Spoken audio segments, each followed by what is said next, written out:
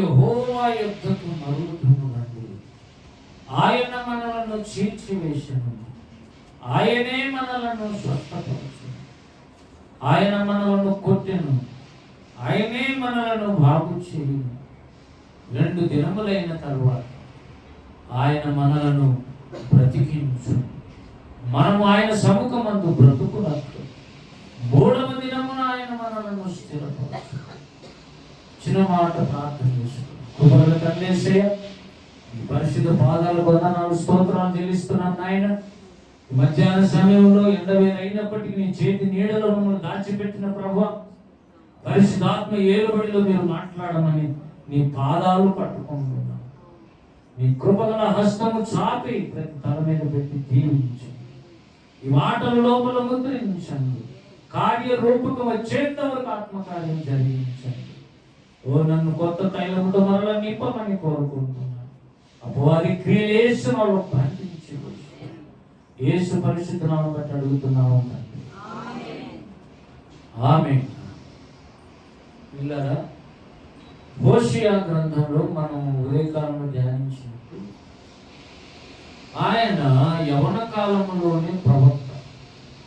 కాబట్టి దేవుడు పిలిచి ఇశ్రాయేలీయులతో ఏదైనా మాట్లాడాలనుకుంటే పాత నిబంధనలో డెమో ఇచ్చేవాడు. డెమో అంటే డెమాన్స్ట్రేషన్, అంటే చేసి చూపించి చెప్పడం. అది చెప్తే బాగా అర్థమైంది. కాబట్టి హోషేయ పిలిచి ఏమన్నాడంటే 1వ అధ్యాయంలో 2వ వచనంలో, జనులు యెహోవాను విసర్జించి బహుగా విభజించి ఉన్నారు కనుక నీవు పోయి వ్యభిచారము చేయి స్త్రీని పెళ్ళాడి, వ్యభిచారము వల్ల పుట్టిన పిల్లలను తీసుకుని అని ఆయన హోషేయకు ఆజ్ఞ ఇచ్చాడు అని ఉంది. కాబట్టి ఇప్పుడు హోషేయ పెళ్ళి అయిందా లేదా? భార్య ఎవరు? మీరు చెప్పలేకున్నారు. పేరు కాదు నేను అడిగేది, ఆయన ఎవరిని చేసుకోమన్నాడు? వ్యభిచారము చేయు స్త్రీని పెళ్ళాడమన్నాడు. బాగా వినండి. వివాహం అన్ని విషయంలో ఘనమైనది. అది కొత్త నిబంధనలు కానీ పాత నిబంధనలు కానీ ఏ నిబంధనలునైనా అది దేవుని వాక్యం. ఘనమైంది. వివాహం అంటే ఘనమైంది. అది విశ్వాసులకు అందరికీ చెడు. నువ్వు ప్రార్థన చేసుకుంటే దేవుడు నీ ఘనమైన వైవాహిక జీవితం ఇస్తాడు. అందుకే నేను చెప్తున్నా, ప్రార్థన చేసుకున్నా. కానీ అది ప్రవక్తలకు చెందదు. అది విషయం. అది ప్రవక్తలకు చెందదు. విశ్వాసుల మాదిరి కాదు. ప్రవక్తలు ఎన్నేళ్ళు ప్రార్థన చేసినా కూడా చల్లదు. ఆయన ప్రభు నేను చాలా ఏళ్ళు ప్రార్థన చేశాను, ఆయన మంచి భార్య కావాలని. నువ్వు చూస్తే ఏం చెప్తున్నావు? పోయి వ్యభిచారం చేయి స్త్రీని. ప్రపంచంలో ఉన్న 200 దేశాల్లో వ్యభిచారాన్ని ఎక్కువగా పనిచేస్తుంది. ఇది యవనస్తులు యవనురాళ్ళు అడిక్ట్ అయిపోయినారు. పబ్బులు క్లబ్బులలో తిరగటం, అసలు వైవాహిక జీవితానికి ఒక విలువలు లేకుండా పోవటం. ముసలోళ్ళు లేదు, చిన్నపిల్లలు లేదు. సేమ్ సొదమ గొమొర్రా పట్టణాలు ఎలా ఉన్నాయి అలా ఉన్నాయి. అంత ఘోరంగా తయారవుతారు. వాళ్ళంటే ఏదో సమాజం, దేశాలు. కానీ వీళ్ళు నా జనులు ఏమన్నాడంటే 2వ వచనంలో, మొదట యెహోవా హోషేయలోని మాట సెలవిచ్చాను. జనులు అంటే ఎవరు? ఆ జనులు ఇశ్రాయేలీయుల గురించి కదా హోషేయను పంపింది. యెషయా గాని హోషేయ గాని ఇద్దరు ఎవరు ప్రవక్తలు? ఇశ్రాయేలీయుల ప్రవక్తలు. వాళ్ళు ప్రపంచవ్యాప్తంగా కూడా మనం చదువుకుంటున్నాం ఇప్పుడు. కానీ అప్పుడు మాత్రం జనులు అంటే ఎవరైనా అనుకోమా? ఇశ్రాయేలీయులు చాలా పాడైపోయారు. వాళ్ళకి చెప్పాలి, మీరు వ్యభిచారం చేశారు, దేవుని వదిలేశారు, వేరే దేవతకు మొక్కుతున్నారు, నా బలిపీఠాలు పడగొట్టారు, వేరే బలిపీఠాలు కట్టుకుని పూజలు చేస్తున్నారు. కాబట్టి నువ్వు పోయి వ్యభిచారం చేయి స్త్రీని పెళ్లి చేసుకున్నావు. మరి ఈయన ఏం కావాలండి అంటే, ప్రవక్తలు ఎలా ఉంటారంటే దేవుడు ఏం చెప్తే కొంపదీసి ఈ దినాల్లో ఇట్లా దేవుడు నాతో చెప్పాడండి వ్యభిచారం చేసి స్త్రీని పెళ్లి చేసుకోమని. ఎందుకంటే దేవుడే చెప్పింటే నేను చూసుకున్నాను అంటే నమ్మరు. ఎందుకు నమ్మరు అంటే అసలు ప్రవక్తలే లేరు. ఏం లేరంటున్నారు? ప్రవక్తలు లేని కాదు. అందరం బ్రదర్ సార్, నువ్వు సహోదరులను, ఆత్మలో మనం సహోదరులను సహోదరులను. కాబట్టి ప్రవక్తలే లేరని చెప్పిన బోధ పాతాళం నుంచి వచ్చిన బోధ. ఈ రోజుకి కూడా ఉన్నారు. అసలు ఇంకా రాని ప్రవక్తలు ఉన్నారు ఇద్దరు. యెరూషలేములోనే పుడతారు ఇద్దరు ప్రవక్తలు. యెహోవా సాక్షులు, ఇద్దరు సాక్షులు. మోషే ఏలియాల ఆత్మ వాళ్ళకు ఉంటుందంటే మోషే ఏలియాలు ఎవరు? వాళ్ళు ప్రవక్తలు కదా. ప్రవక్తల ఆత్మ మీదకి వస్తే వీళ్ళు ఎవరు? వీళ్ళు ప్రవక్తలే. మళ్ళీ ప్రవక్తలే లేదని ఎందుకంటావు? ఏదో పెద్దలు చెప్పిన బోధలో పోతున్నావు అంతే. గొప్ప నష్టం వస్తుంది చేస్తే. కాబట్టి మనకు వచ్చే రూల్స్ వేరు, ప్రవక్తలకు ఉండే రూల్స్ వేరు. ఇశ్రాయేలీలోని పిల్లల్ని పెళ్లి చేసుకోవాలి, బయట అన్యులను పెళ్లి చేసుకోకూడదు, అది రూలు ఇశ్రాయేలీలు. కానీ మోషే ఎవరు చేస్తున్నాడు? ఏంటండి ప్రవక్తలకు చల్లవన్నీ రూల్స్. దేవుడు చెప్పినట్టు చేసుకుంటారు. ఎందుకంటే డెమో ఇవ్వాలి. ఇశ్రాయేలీలు వ్యభిచారం చేయి జీవితంలో బ్రతుకుతున్నారని చెప్పాలంటే నువ్వు పోయి తెచ్చుకో. పిల్లలు కూడా కనమన్నాడు, ముగ్గురు అన్నాడు. వాళ్ళు చూడండి ఇప్పుడు చెప్తున్నాడు 3వ వచనంలో, 3వ వచనం లాస్ట్ నేను చదువుతాను. అది నాకు భార్య కాదు, లాస్ట్ లో నేను దానికి పెనిమిటి కాదు. చూడండి ఎట్లాంటి భాష మాట్లాడుతున్నాడు దేవుడు. మనకి ఎప్పుడు పెళ్ళి, చక్కగా కుటుంబం, పిల్లలు, ఇంటి నిండా సరుకులు, వస్తు వాహనాలు, భక్తి, ఆనందం ఉంటే అది మనకు బాగానే అర్థమవుతుంది, హ్యాపీగా వింటాం. మరి ఇదేంటి? దేవునికి ఇశ్రాయేలీలు ఎవరంట? భార్య. కాబట్టి నువ్వు చెప్పు, నువ్వేమో ఈ హోషేయ ఏమని? వాళ్ళు సరైన వాళ్ళు కాదు, ఇశ్రాయేలు దేవుని విసర్జించి వ్యభిచారం చేస్తున్నాను కాబట్టి అది నాకు భార్య కాదు, నేను దానికి పెళ్లి దాని కదా. చూడండి లాగే కదా మారింది. దేవుడు అంటాడు నేను దానికి పెనిమిటి కాను, దాని పిల్లలు జార సంతతి అయి ఉన్నారు, వారి తల్లి వేశ్యాత్వము చేసి ఉన్నది, వారిని కన్నది అవమానకరమైన వ్యాపారం చేయున్నది కనుక వారి యందు నేను జాలి పడను కాబట్టి ఏమన్నాడు? లోరుహామా అనే పేరు పెట్టమన్నాడు. ఇక్కడ 6. దీనికి లోరుహామా అని జాలి నొందనిదని పేరు పెట్టు. లోరుహామా అంటే భర్తకు భార్య మీద జాలి రావడం, కోపంగా ఉన్నాడు, కఠినంగా ఉన్నాడు. ఎందుకున్నాడు అంటే సరైన క్యారెక్టర్ లేదు కాబట్టి. ఇలా కేవలం జనాంగం కూర్చున్న మాట, స్త్రీలను కూర్చునేది కాదు. బాగానండి, స్త్రీలను కూర్చిన మాట కాదు ఇది, పురుషులను కూర్చిన మాట కాదు ఇది. ఇశ్రాయేలు జనాంగమే దేవునికి భార్య. ఇశ్రాయేలు భార్య అయినటువంటి ఇశ్రాయేలు భార్య అయిన ఆ జనాంగానికి దేవుడే భర్త.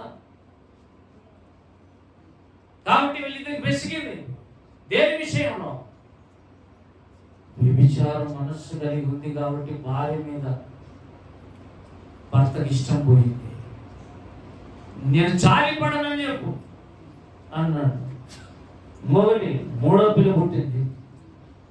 లాస్ట్ 9వ వచనం లో అమ్మి అట నా జనము కాదని ఇతనికి పేరు. లాస్ట్ లో మగ పిల్లడు పుట్టాడు. లో అమ్మి అంట పేరు. అదేందో ఎవ్రీ భాష అంటే అర్థం ఏంటి? మీరు నా జనం కాకపోవడం, మీకు మాకు సంబంధం లేదు అంటున్నాడు. దేవుడు కోపం అచ్చుగుద్దినట్టు మనోళ్ళు ఇంట్లో కొట్లాడుకున్నట్టే లేదు ఇది. ఇంట్లో భార్య భర్తలు పిల్లల మధ్యలో కొన్నిసార్లు వచ్చినటువంటి కలహం ఉన్నట్టు లేదు ఇది. మీరెవరు నాకు తెలియదు, నన్ను అసలు పట్టించుకోవాలి. నిజమే, కానీ అసలు మీరు హోషేయ గ్రంథం 14 అధ్యాయాల నుండి చదవండి. ఏ విషయాలలో తప్పిపోయినాడు ఎఫ్రాయిం అనే విషయం మీరు చదివి రాసుకొని ఎంత ఎక్కువగా రాసుకొని వస్తే వాళ్ళకు గిఫ్ట్, 1000 రూపాయలు గిఫ్ట్. రేపు వారంలో ఇది ఎన్ని సంగతి అని అడగండి. నేను ఏ ఏ పాయింట్లలో ఇద్దరు పడిపోయినాడో ఎక్కువ పాయింట్లు ఎవరు రాస్తారో వాళ్ళకు 1000 రూపాయలు గిఫ్ట్. ఇంకా ఏం చదువుతావులే చదవడానికి పెట్టినారు. లేకపోతే సాయంత్రం చదివేవాడు చదువుతారు. మన వాళ్ళు అంత యాక్టివ్గా ఉన్నారు. పోయి ఇంటికి పోయి 14 అధ్యాయాలు అయిపోయినాయి అని చెప్పమని చెప్తారు, చదవమంటే చదువుతారు. కానీ నువ్వు ఇంటికి పోయి తీవ్ర రాయాలి. ఎక్కడెక్కడ ఎఫ్రాయిము ఆడెక్కడ పడిపోయాడు. ఏది ఏమైనా మూలవాక్యం 6వ అధ్యాయంలో ఏమంటున్నాడు దేవుడు? ఇప్పుడు భ్రష్టుడు అయిపోయావు, బలిపీఠాలు కట్టుకున్నావు, పాడైపోయావు, మానవ పద్ధతులు అన్ని జనులతో కలిసిపోయావు. ఇంకొకసారి అయితే ఎవడు తిప్పివేయిన అప్పము వంటి వాడు అయ్యాడట. అప్పం 7:8 చదవండి ఎవరు?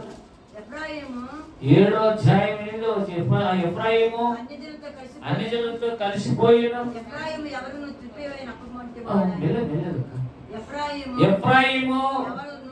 ఎవరును త్రిప్పివేయని అప్పము వంటి వాడాయను. అప్పము అంటే ఏంటో తెలుసుకోవాలి. ఏంది అప్పం అంటే? రొట్టెనా దోశనా? మీరు చెప్పాలి. రొట్టెనే అనుకున్నా. రొట్టెని పెరుగు మీద వేసి అంతలేకే వేరే వాళ్ళు పిలిచి ఫోన్ వచ్చింది. మాట్లాడి వంట రూమ్ లేక వచ్చేందులకి రొట్టె పైన తెల్లగా, పెరుగు మీద మాత్రం నల్లగా మారిపోయింది. ఎందుకంటే ఎవడు దాన్ని తిప్పింటే అది వేరే రోస్ట్ అవుతుంది. నీట్గా రొట్టె అంటే 2 పూటలు తిప్పాలా లేదా? మీరు చెప్పండి.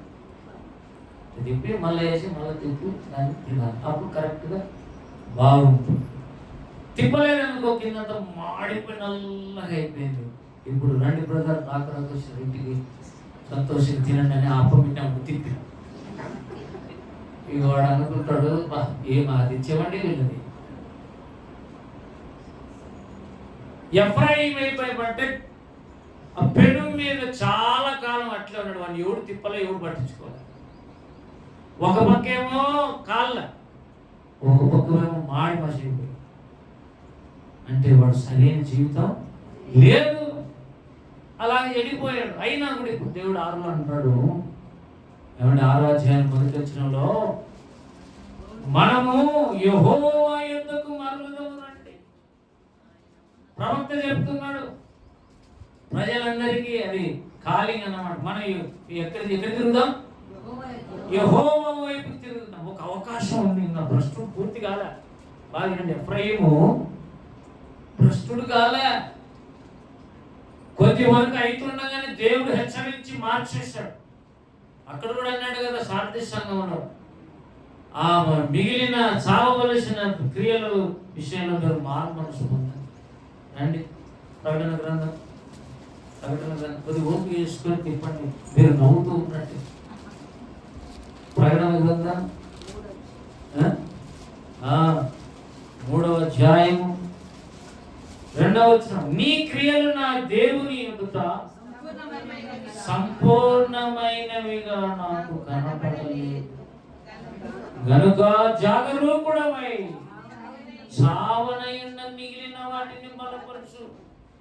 ఆల్రెడీ జీవించుచున్నావన్న పేరు మాత్రం ఉంది, కానీ నీవు సత్యం ఉన్నావు, మృతుడవే, చచ్చిపోయావు, చచ్చిన స్థితిలో ఉన్నావు. కానీ ఇంకా కొంతకాలం అలాగే ఉంటే మిగిలినవి కూడా చచ్చిపోతాయి అంటున్నాడు. అంటే ఇప్పుడు కొన్ని చర్చికి పోవడం, దేవుని మందిరానికి పోవడం, ప్రార్థన చేసుకోవడం, వాక్యం జరుగుతుంది, దేవుని కానుకలు, ఇంకా కొన్ని క్రియలు ఉన్నాయి. కానీ ఆత్మలో చచ్చిన స్థితి ఉంది. కొంతమంది దేవుడితో సహవాసం లేదు, జీవం లేదు, దేవుడు మాట్లాడడం లేదు, మాట్లాడినప్పుడు రెస్పాన్స్ లేదు. ఆ మిగిలినేటి ఏం చేయాలంటే జాగ్రత్త పడి, జాగరూకుడు అంటే అర్థమేంటి? జాగ్రత్త పడి ఆ మిగిలినేటి అన్ని నువ్వు ఏం చేయాలి? బలపరచు. అంటే స్థిరపరచుకొని జాగ్రత్త పరచుకో, లేకపోతే టోటల్ చచ్చిపోతావు అని దేవుడు మాట్లాడు. ఇప్పుడు ఇక్కడ కూడా మనము యెహోవా వైపు మరలుదాము రండి, ఆయన యొద్దకు మరలుదాము రండి. ఆయన మనలను చీల్చివేసెను, ఆయనే మనల్ని బాగు చేయను. అవును, దేవుని ఎందుకు మరులుదాం రండి అంటే వీళ్ళు ఏపకున్నట్టు లెక్క. దేవుని ఎందుకు వదాం రండి అంటే వీళ్ళు ఎవరు ఎత్తున్నట్టు? సైతాను యొక్క నివాసం ఏర్పాటు చేసుకున్నారు. వాళ్ళ లక్షణాలన్నీ వచ్చాయి కాబట్టి పిరికోలు లేకపోయినా అన్ని జనుల ఆచారాలన్నీ వచ్చేసి మానవ పద్ధతులలో సంచరిస్తున్నారు. జీవితాలలో మార్పు ఏం లేదు. ఎవడు ఇంట్రెస్ట్ చూపి వాళ్ళను అప్పం తిప్పేయలే. చెడిపోయిన వాళ్ళు అట్లనే బ్రతుకుతున్నారు, పాడైపోయారు. ఒక పక్క చూస్తే చెడిపోయిన జీవితం, ఒక పక్క చూస్తే ఉరువు కాళ్ళ. అయినా దేవుడు యెహోవా ఎందుకు మరులుదాం రండి అంటే మనం ఉన్న ఈ సాతాను దగ్గర ఉండొద్దు, ఇక లేచి ఆయన దగ్గర పడండి. కొంతమందికి నేను చెప్తున్నాను జాగ్రత్త, మీరు ఆదివారం వచ్చేసరికి పెళ్లిళ్ళకు విగ్రహం లేనిపోని తిరుగుకుంటా చేస్తున్నారు. నాకు తెలుసు కొంతమంది ఆదివారం పళ్ళ తీసుకుంటున్నావు, లేకపోతే పిలిస్తే విరసడిపోతున్నావు, అక్కడ పోయి అయి తింటున్నావు. ఏం అసలు నీకు మార్పే లేదు, మారు మనసు లేదు. అందుకే గృహంలో ఎప్పుడు గలాటలు, సైతాన్ కార్యాలు ఇట్లా లేక జ్వరపడి చేయడానికి కారణం. దేవుని ఎందుకు మరలుతాం ఏమంట? ఆయన మనల్ని చీల్చేసి. అవును, ఎందుకు చీల్చేశాడు దేవుడు? ఎందుకు పిరికి ఉన్న వాళ్ళు అయ్యాం అంటే మన బలిపీఠాలు మా సైతానికి పూజలు చేస్తున్నాం. సైతానికి పూజలు. ఒకసారి ఒకడు వచ్చి నా కోసం ప్రార్థన చేయండి అని మనతో చెప్పు. సరే ప్రార్థన చేస్తే దేవుడు చూపించాడు. ఏమంటే వాడు ఒక విగ్రహం నుండి ఎగుతున్నాడు, కాదు డీజీ పెట్టుకుని ఎగుతున్నాడు. చూపించాడు దేవుడు. అది మళ్ళా అతన్ని పిలిపించి ఏ దేవత నుండి ఎగిరినది కూడా చెప్తే అవును సార్, చిన్నప్పటి నుంచి మా ఇంటి దేవత. అట్లా చేయటం వల్ల ఏమైందంటే ఇప్పుడు భయం అని మరణం భయపడ చచ్చిపోతాం. తర్వాత ప్రార్థన చేసిన తర్వాత విడుదల. దేవుడి స్తోత్రం కలుగునుగా. దేవుడు చీల్చేశాడు. ఎందుకో దేవుడికి విరోధంగా పాపాలు చేస్తే దేవుడు ఊరుకుంటాడా? భక్తిపరులే, ఎఫ్రాయిములే, జ్యేష్ఠులే అనుకుంటాడా? పాస్టర్లేండి, నాయకులేండి అనుకుంటాడా? ఏం చేసిన ఆయన అంతే సంగతులే. దీన్ని చూసే ఒక కథ ఉంది. ఒక ఆయన పొట్ట చీల్చేశాడు, ఒకరిని తొడ మీద వేసి చీల్చివేయటం అంటే ఎంత కోపం ఉండాలో చూడండి. ఆయన చీల్చివేశాను, ఆయనే మనలను స్వస్థపరచాను. చీల్చివేశానంటే ఇప్పుడు అర్థం చెప్పండి, రోగాలు పంపించాడు కాబట్టి స్వస్థపరచాలని వస్తుంది.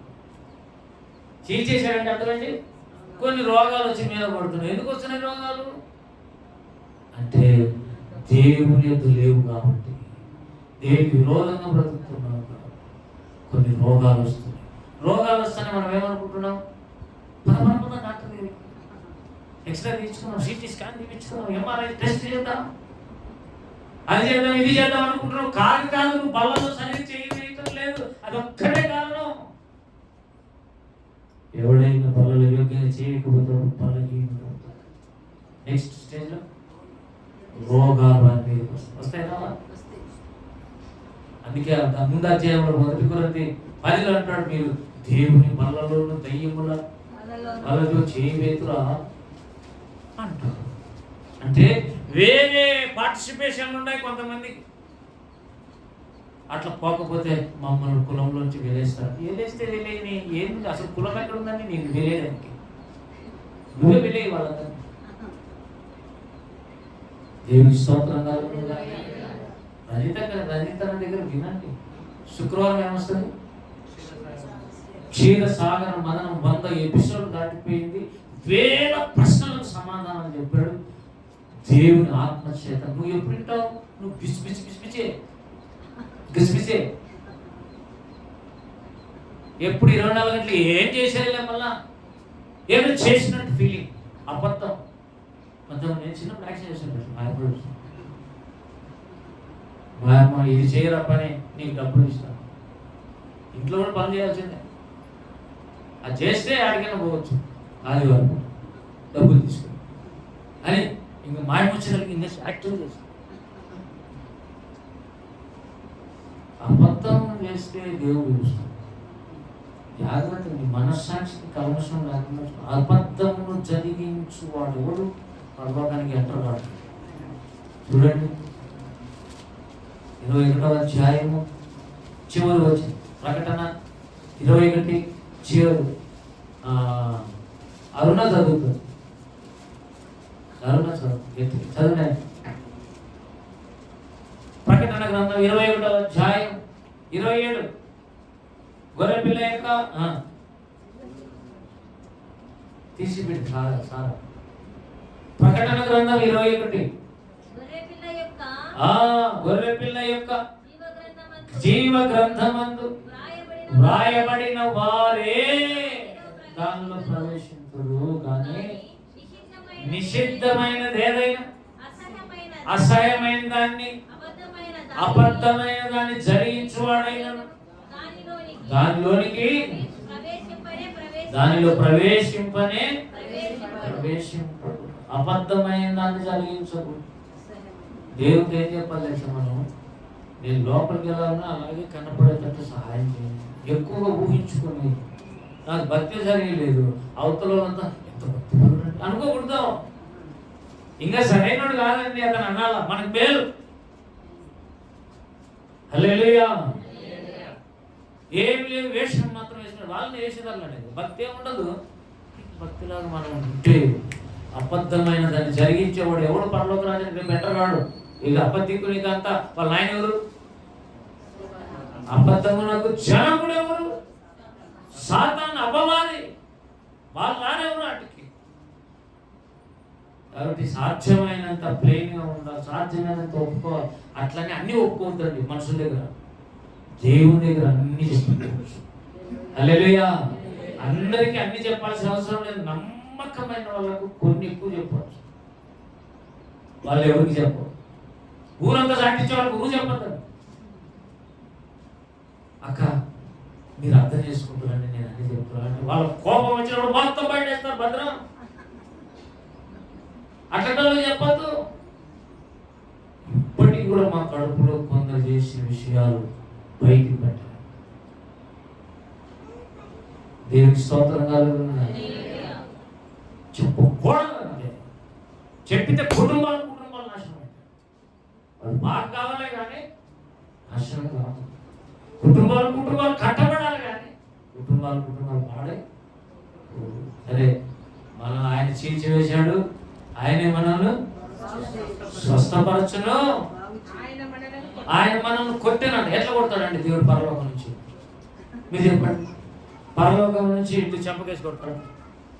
అది చూడండి, కొట్టు మీరు దేవుడు కొడతాడనే విషయం ఎట్లా అర్థం చేస్తుంది అన్నాడు కదా ఇక్కడ. ఆయన మనలను ఏంలే రోగాలు తెప్పిస్తాడు అంతే. లాగి కొట్టాలనుకున్నాడు. ఇంకా పెద్ద రోగం, మంచం మీద పడే రోగాలు వస్తాయి. చాలా రోజులు దీర్ఘకాలిక రోగాలు వస్తాయి. అది కొట్టడం అంటే. తర్వాత ఏమైంది? మళ్ళా ఆయనే ఎవరు కొట్టారో ఆయన దగ్గరికి వస్తే, ఆయన దగ్గర మరులితే ఏం చేస్తాడంటే ఆయన బాగు చేస్తాడు. అంటే ఇదేమైనట్టు ఇప్పుడు కొట్టింటే చెడిపోయి ఏమండి?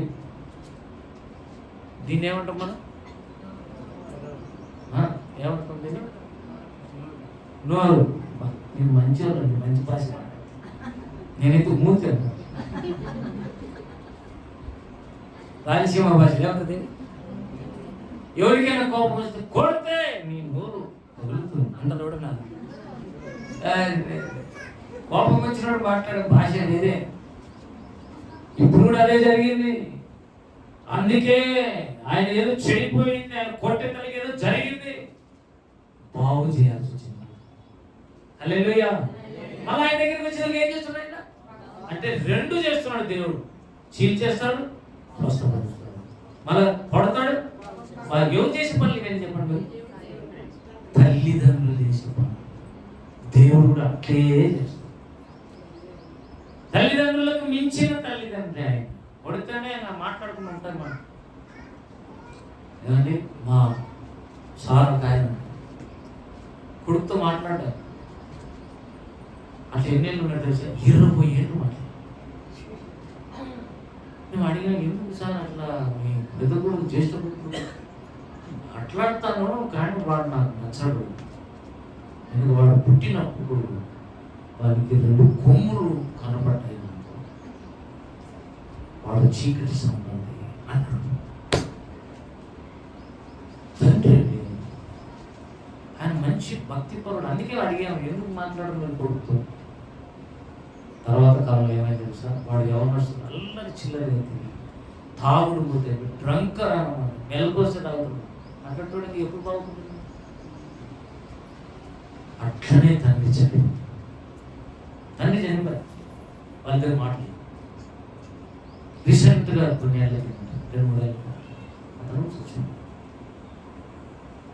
ఒకే కుటుంబం, తండ్రి కుటుంబం, పెద్ద కుమారు మాటలు. చిన్న కొడుకు కూడా ఉన్నాడు సేమ్. వాడు చిల్లర ప్రభు నమ్ముకుని, ఎవరు కావాలని దేవుని నమ్ముకొని వాళ్ళ నాయను గ్రహించి, వాళ్ళ సేవను గ్రహించి వైజాగ్లో నేవీలు పనిచేస్తున్నాడు. అక్కడ చర్చినాడు. ఆ పిల్లడు ఒకసారి కనిపించినప్పుడు ఎలా ఉన్నామని అడిగితే, అన్న మా నాయన్ను మంచి భక్తిపరుడని మీరు ఫాలో అయ్యి బాగుపడ్డారు, మిమ్మల్ని చూసి మేము బాగుపడ్డామన్నా. హల్లెలూయా. తల్లిదండ్రులు కోపగించుకుని మాట్లాడుకునేది రేర్ కేసెస్. వాళ్ళు కొట్లానే మళ్ళీ మాట్లాడతారు. కానీ దేవుడు ఆయన కొడతాడు. మళ్ళీ యోబు గ్రంథం 5వ అధ్యాయం అంటాడు, ఆయన గాయపరచును, ఆయన చేతులే గాయములు కట్టు. ఇప్పుడు గాయపరచడం అంటే దెబ్బలు పడుతుంది. అనవసరంగా ఆర్థిక ఇబ్బందులు వస్తాయి, ఇంట్లో ఆరోగ్యాలు బాగుంది. ఏం జరుగుతుంది? ఇప్పుడు దేవుడు కొడుతున్నాడని అనుకో. అట్లా అనుకుంటే మనకు మేలు. ఎందుకంటే ప్రార్థన చేసి ఆయన యుద్ధకు మళ్ళీ నువ్వు ప్రార్థన చేస్తే ఏమైతుంది? బాగు చేస్తాడు, స్వస్థపరుస్తాడు. ఇంకోటి ఏమైనా లాస్ట్లో 2వ వచనం, 2 దినములైన తర్వాత ఆయన మనలను బ్రతికించనండి. 2వ వచనం 6:2లో మనలను తర్వాత ఆయన మనలను బ్రతికించు అంటే ఏమైనట్టు? ఆత్మలో చచ్చిపోయే స్థితిలో ఉన్నాడు ఎఫ్రాయిం. అంత దేవుని దూరం. దేవుడు ఏమైనా చేద్దామంటే వాడు చచ్చిపోయి సంబంధాలు లేవు. చచ్చిపోయినంత సంబంధాలు అలా ఉంటాయి. మళ్ళా బ్రతుకుతాడా? కానీ ఆశ్చర్యం, దేవుని వైపు తిరిగి ప్రార్థన చేస్తే నువ్వు మళ్ళా బ్రతుకుతావు. హల్లెలూయా. ఎక్కడ బ్రతుకుతావు? ఆత్మలో బ్రతుకుతావు. అందుకే 12వ అధ్యాయంలో దేవుడు ఒక వ్యక్తి యొక్క సారాంశం తీసుకొచ్చి పెట్టాడు. 12:3 తల్లి గర్భమందు యాకోబు తన సహోదరుని మడిమ పట్టుకొనెను, మగసిరి గలవాడై అతడు దేవునితో ఏమైనది? యాకోబు మగసిరి గలవాడే దేవునితో ఆయన అతడు దూతతో పోరాడి చేయముండెను. అతడు కన్నీరు విడిచేతని బేతేలులో ఆయన అతనికి ప్రత్యక్షమయ్యాను.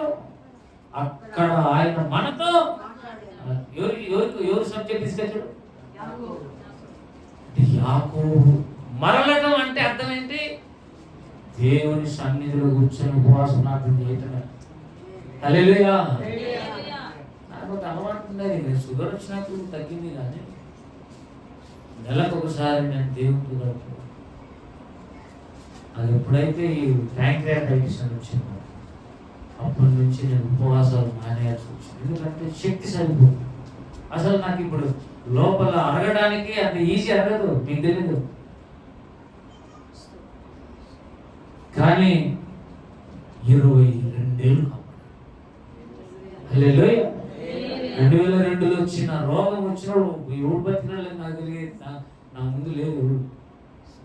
ఆ రోగం వచ్చినప్పుడు చచ్చిపోయాడు. కానీ అప్పుడు దేవుడు నన్ను కొట్టాడు, మళ్ళా స్వస్థపరిచాడు.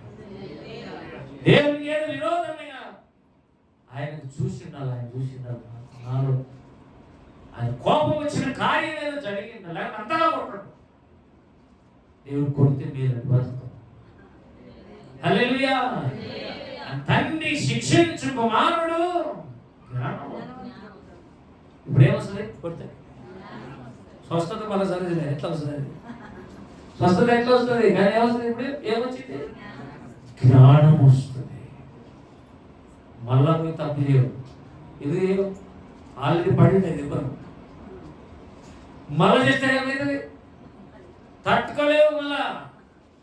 కాబట్టి దెబ్బలు దెబ్బేవురు. పూర్తిగా చెప్పాలండి సార్. దయ్యానికైనా దెబ్బేవురు. చాలా మంది తప్పు చెప్తారు కదా. దేవునికి అయినా దేవుడు నువ్వు కొట్టేది, దయ్యానికైనా దెబ్బేవురు. అందుకే దేవుడు ఎప్పుడు మాట్లాడిన దయ్యంతో మెల్లగా మాట్లాడతాడు. జ్వరం పోవాలి పేదరు అత్తకి, జ్వరమా అంత చూస్తున్నాడు, బాగలేదు, నేను ప్రార్థన చేసినట్టు చేస్తా, నువ్వు అంటాడా? అంతే. పోవడమే కాదు, లేచి పరిచయం చేసి అంత స్పీడ్ రికవరీ. అది ఏం జ్వరము? పోవడమే కాదు, పోతే చాలా మంది జ్వరం పోయిన వాళ్ళు జ్వరం పోతే ఎలా ఉంటుందంటే నీరసంగా. కానీ మాకు జ్వరము నీరసం రెండు ఒకటి. లేచి కూర్చుని వాళ్ళకి ఏం కాబట్టి సాంబార్ అలా కావాలి. మీరు ఎక్కువ పోయారండి అన్నం సాంబార్ అన్ని వడ్డించిందా లేదా అని చెప్పండి. కాబట్టి జ్వరం పోవడమే కాదు, దేవుడు పోతే మొత్తం నీరసం కూడా పోతుంది. స్తోత్రం యేసుప్రభువు చచ్చిపోయిన పిల్లలు లేపి యాయిరు కుమార్తె పిల్లకి అన్నం పెట్టండి అన్నం చూసారు. చచ్చిపోయిన పిల్లనే బ్రతికిస్తే ఇక మళ్ళీ చచ్చిపోయేది ఏముంటుంది? ప్రభు నువ్వు బ్రతికించినాక అంటే అది సరే వేరు. అది కానీ నేను ఆహార నియమాలు పెట్టాను కదా, అన్నం పెట్టాను. ఏమి స్తోత్రం కాదు. మన దేవుడు బ్రతికినా మనకు ప్రతి ఆదివారం వాక్యం కావాలి. దేవుని వాక్యం వినాల్సిందే మనం. నేను ఇంట్లో కూర్చుంటే సార్ ఆన్లైన్లో వింటాను. టీవీలో ఇప్పుడు అన్ని ఏడు తిప్పితే ఆడ వస్తున్నాయంటే అది వేరు. అది సోమవారం నుంచి వినట్లు, సోమవారం నుంచి శనివారం వరకు విను. కానీ ఆదివారం మాత్రం నువ్వే దేవుని మందిరానికి వెళ్ళాలి. దేవుని యొద్దకు మళ్ళటం అంటే ప్రార్థన లేదు. యాకోబులాగా మగసిరి. యాకోబు దేవుడు ఏమన్నాడు అంటే ఏమని అర్థం తెలిసిన? యాకోబు అండి మొగోడు అండి అన్నాడు దేవుడు. అర్థమైందా? మొగోడు అంటే ఎవరు? యాకోబు. ఎందుకు అంటే ఇండైరెక్ట్ గా ప్రార్థన చేసేవాళ్ళు మొగోడు. మిగతా వాళ్ళంతా నాకు తెలియదు. అందుకు నపుంసకులు అంటే దేవునికి ఇష్టం. అర్థమైందా? బాయ్కి మగసిరి కలిగిన యాకోబు దేవుని బతిమలాడుకొని కన్నీరు విడిచి ప్రార్థన చేసి దేవుని స్వరం విని లాస్ట్లో ఏమన్నాడు? దేవుడు మాట్లాడాడట బేతేల్లో. ఆయన అతనికి ఎంతో ప్రార్థన చేయాలి మనం. దేవుని ఎందుకు మరణం అంటే అర్థమైంది. ఓ పాప వచ్చి మొన్న అడిగితే ఆ పాప సమస్యకు పరిష్కారం 15 రోజులు లేదా 16 రోజులు ఉపవాస ప్రార్థన చేయమని పంపించారు. కంప్లీట్ ఉపవాసం కాదు, ఒక పూట 2 పూటలు ఉండమంటే దేవుడు. ఇప్పుడు ఈ ఆదివారానికి 7 రోజులు అయింది. రేపు ఆదివారం సోమవారానికి వస్తుంది. కొన్ని సమస్యలు తేగాలంటే ఇంత బతిలాడాలి. మన వల్ల జస్ట్ సార్ చెప్తుంది అయిపోయింది ప్రార్థన. అందుకే మన ప్రార్థన టైం ఎక్కువ ఉండదు. ఇంతే. బైబిల్ మాత్రం గంటలు కూడా చదువుతాం కానీ ప్రార్థన మాత్రం, ఎందుకంటే లోపల ప్రార్థన బలిపీఠం.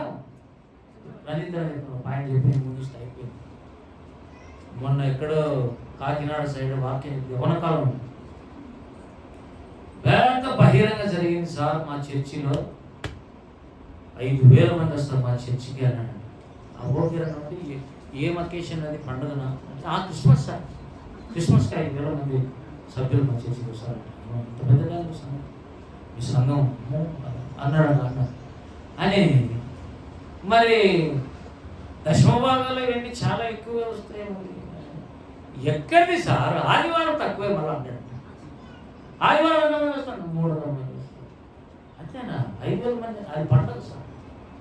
ఇది ఆదివారం 300 మంది వస్తారు. సరే ప్రార్థనకి ఎంతమంది వస్తారు అన్నాడు.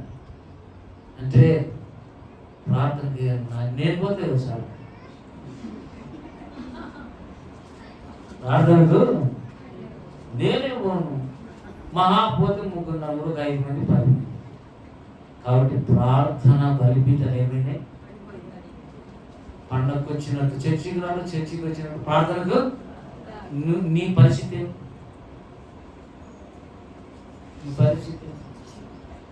రెగ్యులారిటీ ఫస్ట్ దయ్యం తింటాడు. క్రమాన్ని తప్పిస్తే త్రోవ మళ్ళా పోయినా ఏం కాదు, పోకునే ఏం కాదు, మెల్లిగా అది కల్పిస్తాడు. రెగ్యులారిటీ క్రమం అనేది ముఖ్యంగా మనం ఉండాల్సిన. చర్చికి వచ్చే దాంట్లో కాదు, ప్రార్థన చేసే దాంట్లో. హల్లెలూయా. చర్చికి టయానికి వచ్చే అది వేరే సంగతి. దానికంటే ముఖ్యం టయానికి కూర్చొని ప్రార్థన చేయాలి. హల్లెలూయా. బంధువులు వస్తానే ఈరోజు కుదరదు సార్, మా బంధువులు రాక వచ్చిన నువ్వు అంతా ఎప్పుడు ఉండే దేవుడు పక్కడు అంటమ్మా. అందుకే నష్టపోతున్నా. బంధువుల కంటే, తల్లుల కంటే, తండ్రుల కంటే మించిన దేవుడు. స్తోత్రం కలుగును. హల్లెలూయా. పక్షి గారు తల్లి రాలే, ఇండియాకి వచ్చి నాకు అక్కర్లేదు. పైన టర్బన్ తీయద్దంటే తీసేసినావు నువ్వు. సిక్కులకి ఏం దేవుడు? నేను రాకుంటే పర్వాలేదు, నేను ఇప్పుడు యేసు రక్తంలో కడగబడ్డా. తల్లులకే తల్లే. దేవుని స్తోత్రం. పక్షి గారి తండ్రి పక్షి గారి బాప్తిస్మం ఇచ్చారు తెలుసా? పక్షి గారి నాయన మారు మనసు పొందితే పక్షి గారే బాప్తిస్మం ఇచ్చాడు. నువ్వు ఆయనకు పుట్టిన కొడుకు, కానీ ఆత్మీయంగా నీకు పుట్టిన కొడుకు. నేను ఆయన అద్భుతాలు చేస్తాడు నీ కుటుంబంలో. దేవునికి మహిమ కలుగును. తల్లిదండ్రులు అసహించుకోవద్దు, అజ్ఞానులుగా చూడద్దు, మూర్ఖంగా ప్రవర్తించద్దు. ఆశీర్వాదాలు కట్టేస్తుంది. కాబట్టి ఇక్కడ ఏమంటున్నాడు? ఆయన వైపు అంటే ఇప్పుడు మనం ఎన్ని చూసుకొని ఎవరి వైపు చూడాలి? ఇప్పుడు దేవుని వైపు తిరుగు. కాలం నుంచి ఇంతకాలం చీల్చబడ్డావు, నువ్వు అట్లే ఉన్నావు అనుకో, తిరగకుండా ఇంకా చీల్చబడతావు, ఇంకా పోతానంట, ఇంకా నష్టమే నీకు. చాలా విషయాలు తెలుస్తుంటాయి కానీ చెప్పం. దేవుని స్తోత్రం కలుగునుగా. ఏమన్నా అంటే ఫీల్ అవుతారు. బాగున్నారని అనుకుంటే దేవుడికి ఒకసారి ఎంటుకలు ఎరవోసుకుని పంపిల్లాం అన్నమాట.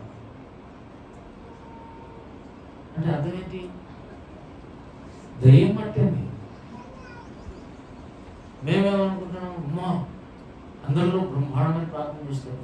మనం కొంపది ఆ పాపకు చెప్పినాం అనుకో, జాగ్రత్త బాగా ప్రార్థిస్తున్నా నాకు చెప్తాను, నేను రాడంటే చర్చికి రానంటే ఏం చేయాలి? మన నష్టం. కాబట్టి చాలా విషయాలు దేవుడు చెప్పడం, వాక్యంలో నుంచి మాట్లాడుతున్నాడు, నీతో గ్రహించాలి. హల్లెలూయా. వారంలో ఒక పూట అన్నం మానేసి ప్రార్థన చేయి. నిన్న రంజితానికి 50,000 పంపించాను. మన చర్చి తరఫున 50,000 వేశాను నిన్న. అన్న నిద్రలో ఉన్నాడు ఉదయం, ఎందుకంటే రాత్రి 1 గంటకు అయిపోయింది మీటింగ్. మళ్ళా వాక్యం చెప్పి పండుకున్నాడు. అన్న పండుకునేది 3 అయింది. ఇక తెల్లారుజామున 6కు 7కు లేలేడు. ఆయన ముందు క్యాన్సర్ పేషెంట్. నేను ఫోన్ చేశాక ఎవరు అన్నాడు. నేనన్నారు ఏం నా ఇట్లా డబ్బులు వేసినప్పుడు ఇప్పుడేం ప్రార్థన చేయద్దు, తర్వాత చేతులు అంటే నాకేం పట్టుకొచ్చింది తెలుసా? తన ప్రియులు నిద్రిస్తుండగా ఆయన వారికి ఇచ్చుతున్నాడు. ఆయన మళ్ళీ ప్రేర్ చేయలే, కానీ మెసేజ్ పెట్టాడు. రవి తమ్ముడు, God will bless you abundantly, you and your church. ప్రవక్త చెప్తున్న ఆశీర్వాదం అది. ఆ డబ్బులు ఎవరు పంపించినా నేనేం చెప్పటం, మనోళ్ళు సడన్ గా నేను డబ్బులు వేస్తాను సార్ అన్నకి నేను ఎక్స్పెక్ట్ చేయకుండానే వచ్చింది అది, అందుకే అన్న పంపించాను. దేవుని స్తోత్రం కలుగుతుంది. నిద్రపోతుంటే తట్టి లేపి వేడిగా ఉంది అన్నం తింటూ ఎవరికన్నారు అప్పము నీళ్లు పుట్టి రెడీగా ఉంది, అప్పం తిని నీళ్ళు పుట్టి తీసుకో ఈ ప్రయాణం ఉంది. నిద్రపోతుంటే లేపి భోజనాలు ఒకరికి, నిద్రపోతుంటే లేపి వాళ్ళకి ఇచ్చుచున్నాడు కొందరికి. అన్నం లేపి 50,000 ఇచ్చాడు అన్నకు. నువ్వు ఎంత బాగులాడినా నీకు కాదు. ఎందుకంటే నీవు దేవుణ్ణి వైపు మల్లుకుంటే దేవుడు ఏం చేస్తాడంటే నిన్ను బాగు చేస్తాడు, నిన్ను స్వస్థపరుస్తాడు, నిన్ను బ్రతికిస్తాడు, నీ ఎత్తుకు వస్తాడు. ఆ రొక్క మాట చదవండి. హోషేయ గ్రంథం 6వ అధ్యాయం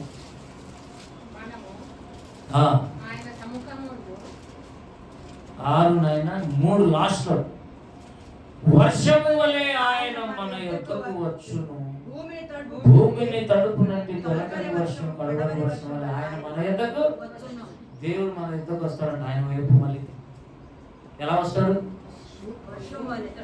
మామూలుగా రాడు, వర్షంలాగా వస్తాడు. అంటే అర్థం తెలుసా?